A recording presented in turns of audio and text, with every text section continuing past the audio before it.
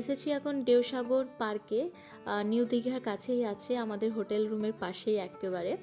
তো যাই হোক, এখন এই বিকেল 5টা মতন বাজছে। সকাল থেকে বেশ ভালোই ঘোরাফেরা হচ্ছে। দুপুরবেলা একটুখানি রেস্ট নিয়েছিলাম। সকালবেলায় যেমন Talsari sea beach, Udaipur beach গিয়েছিলাম। তোমাদের সঙ্গে অলরেডি আমি সেই ব্লগটা শেয়ার করে দিয়েছি। আশা করি তোমাদের সেই ব্লগটা খুবই ভালো লেগেছে, এই ব্লগটাও খুবই ভালো লাগবে। তো এখানে বাচ্চা কেন বড়দেরও ভালো লাগার জায়গা। আর চারিদিকটা পুরো লাইটিংসের সাজানো গোছানো, আরও বেশি ভালো লাগে সন্ধেবেলায়। আর তেমনি ঠান্ডা ঠান্ডা হাওয়া, যেহেতু পাশেই আছে সি বিচ। আর এখানে ভ্যারাইটিস অফ ফুড স্টল, বাচ্চাদের অ্যাক্টিভিটিস করার জায়গা, সব কিছু এখানে আছে।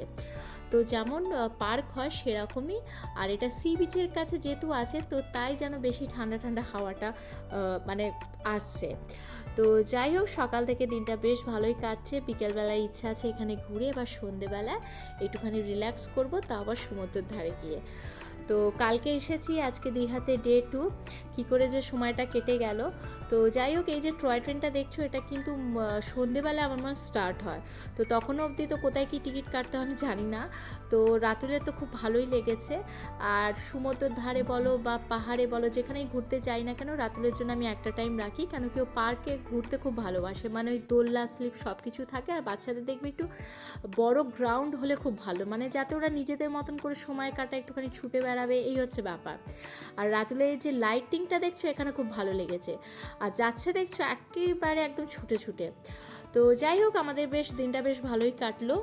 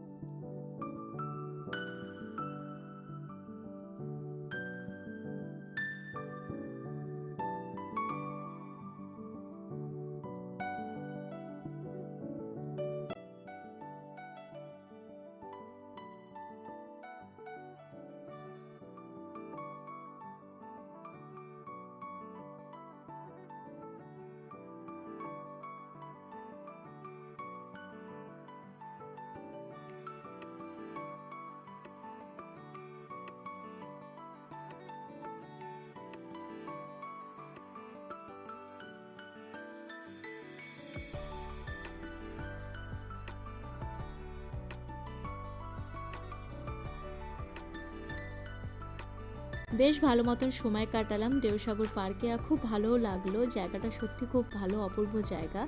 আর এতক্ষণ পর কিন্তু টয় ট্রেন স্টার্ট হয়েছে।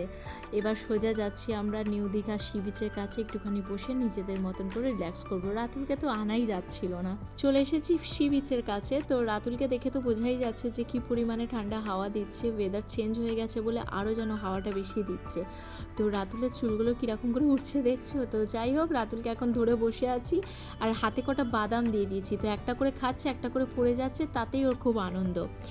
তো সকাল থেকে দিনটা বেশ ভালোই কাটছে। এবার একটুখানি এখানে বসে তারপরে চলে যাব রুমে। আর এই হচ্ছে সমুদ্র সামনে, ডিনার করে একেবারে তোমাদের সঙ্গে দেখা হবে কাল সকালে। আসি, ভালো লাগলে লিখে জানিও।